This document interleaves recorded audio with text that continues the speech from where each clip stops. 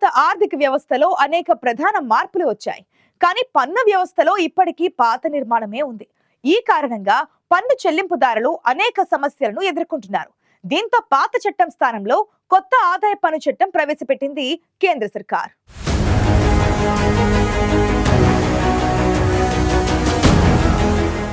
ఆదాయ పన్ను చట్టం 1961 స్థానంలో కొత్త ఆదాయ పన్ను బిల్లు 2025ను మనుగడలోకి తీసుకొస్తోంది కేంద్ర ప్రభుత్వం. పన్ను వ్యవస్థను సరళంగా, పారదర్శకంగా, అలాగే మరింత ప్రభావవంతంగా మార్చడం ఈ కొత్త బిల్లు ఉద్దేశం.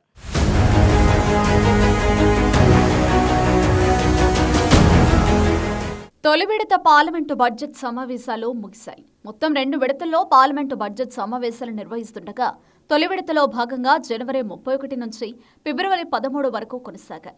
ఈ సమావేశాల్లో కేంద్ర ఆర్థిక మంత్రి నిర్మలా సీతారామన్ లోక్సభలో కొత్త ఆదాయ పన్ను బిల్లు 2025ను ప్రవేశపెట్టారు. దీనికి ముందు ఈ బిల్లును కేంద్ర మంత్రివర్గం ఫిబ్రవరి 7న ఆమోదించింది. అయితే కొత్త ఆదాయపు పన్ను బిల్లు ప్రస్తుతం ఉన్న దాదాపు 60 ఏళ్ల నాటి ఆదాయ పన్ను చట్టం 1961 స్థానంలో మనుగడలోకి వస్తుంది. పన్ను వ్యవస్థను సరళంగా, పారదర్శకంగా, అలాగే మరింత ప్రభావవంతంగా మార్చడం ఈ కొత్త బిల్లు ఉద్దేశం. కొత్త ఆదాయ పన్ను బిల్లులో పలు సంస్కరణలను ప్రతిపాదించారు. ఇందులో కొత్త బిల్లు అసెస్మెంట్ ఇయర్ అనే పదాల స్థానంలో పన్ను సంవత్సర అనే పదాలను తీసుకొస్తుంది. పన్ను సంవత్సరం ఏప్రిల్ 1 నుంచి మార్చి 31 వరకు 12 నెలల కాలం ఉంటుంది. కొత్త వ్యాపారం లేదా వృత్తిని ప్రారంభించినట్లయితే దాని పన్ను సంవత్సరం ఆ రోజు నుంచి ప్రారంభమై అదే ఆర్థిక సంవత్సరం చివరిలో ముగుస్తుంది.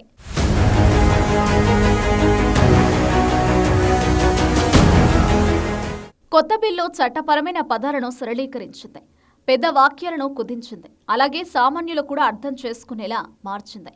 ప్రస్తుతం చట్టంలో ఉన్న 823 పేజీలకు బదులుగా కొత్త ఆదాయ పన్ను బిల్లును 622 పేజీలలో తయారు చేశారు. బిల్లులోని అధ్యాయాల సంఖ్య ప్రస్తుతం చట్టం కొత్త బిల్లులో 23గానే ఉంది. కానీ సెక్షన్ల సంఖ్య 298 నుంచి 536కు పెరిగింది. ప్రస్తుత చట్టంలో స్కెడ్యూళ్ల సంఖ్య 14 ఉంటే కొత్త బిల్లులో 16కు పెరిగింది. ఇక పాత చట్టంలో ఉన్న సంక్లిష్ట వివరణలు, నిబంధనలను కొత్త బిల్లులో తొలగించారు. దీనివల్ల వాటిని అర్థం చేసుకోవడం సులభమవుతుంది. పారదర్శకతను పెంచడానికి, పన్ను ఎగువేతను అరికట్టడానికి డిజిటల్ లావాదేవీలు, క్రిప్టో ఆస్తులపై కఠినమైన నిబంధనలు అమలు చేస్తారు. కొత్త బిల్లులో పన్ను చెల్లింపుదారుల చార్టర్ కూడా ఉంది. ఇది పన్ను చెల్లింపుదారుల హక్కులను కాపాడుతుంది, పన్ను పరిపాలనను పారదర్శకంగా చేస్తుంది.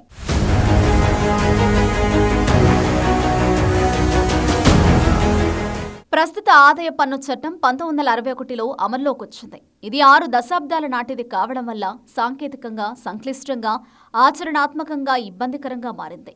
దీనిలో కాలానుగుణంగా మార్పులు చేసినప్పటికీ అది నేటి డిజిటల్ ఆధునిక ఆర్థిక వ్యవస్థకు పూర్తి అనుకూలంగా లేదు. కాలక్రమేణా భారత ఆర్థిక వ్యవస్థలో అనేక ప్రధాన మార్పులొచ్చాయి. కానీ పన్ను వ్యవస్థలో ఇప్పటికీ పాత నిర్మాణమే ఉంది. ఈ కారణంగా పన్ను చెల్లింపుదారులు అనేక సమస్యలను ఎదుర్కొంటున్నారు. పన్ను వ్యవస్థను సరళీకృతం చేయడానికి, పన్ను చెల్లింపుదారులకు ఉపశమనం కలిగించడానికి, సమ్మతి ప్రక్రియను సులభంగా మార్చడానికి కేంద్ర ప్రభుత్వం కొత్త ఆదాయ పన్ను బిల్లు 2025ను ప్రవేశపెట్టింది.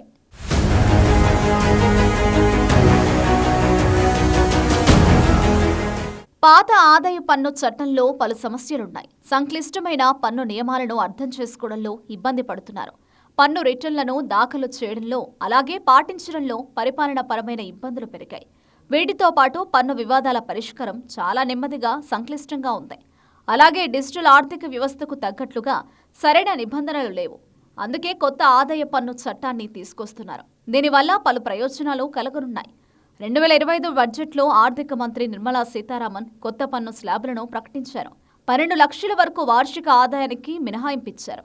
ఇది మధ్యతరగతి ప్రజలకు ఉపశమనం ఇస్తుంది. దీంతో పాటు పన్ను దాఖలు సులభతరమవుతుంది. కాగితపు పని తగ్గుతుంది. ఆన్లైన్ ట్యాక్స్ రిటర్న్స్ దాఖలుకు ప్రోత్సాహం పెరిగింది. కొత్త పరిష్కార యంత్రాంగం పన్ను వివాదాలను త్వరగా పరిష్కరిస్తుంది. కొత్త చట్టం అమల్లోకి వస్తే డిజిటల్ చెల్లింపులు, వ్యాపారాలకు మరింత ప్రోత్సాహం లభిస్తుంది. అందుకే పాత ఆదాయ పన్ను చట్టంలో ఉన్న సమస్యలకు పరిష్కారం చూపేందుకు కొత్త ఆదాయ పన్ను చట్టాన్ని కేంద్రం ప్రవేశపెట్టింది.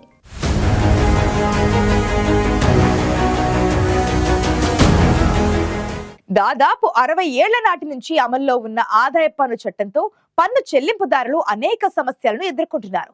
దీంతో పన్ను చెల్లింపుదారులకు సమస్యలు తగ్గించేందుకు పాత చట్టం స్థానంలో కేంద్రం కొత్త ఆదాయ పన్ను చట్టాన్ని తీసుకొస్తోంది.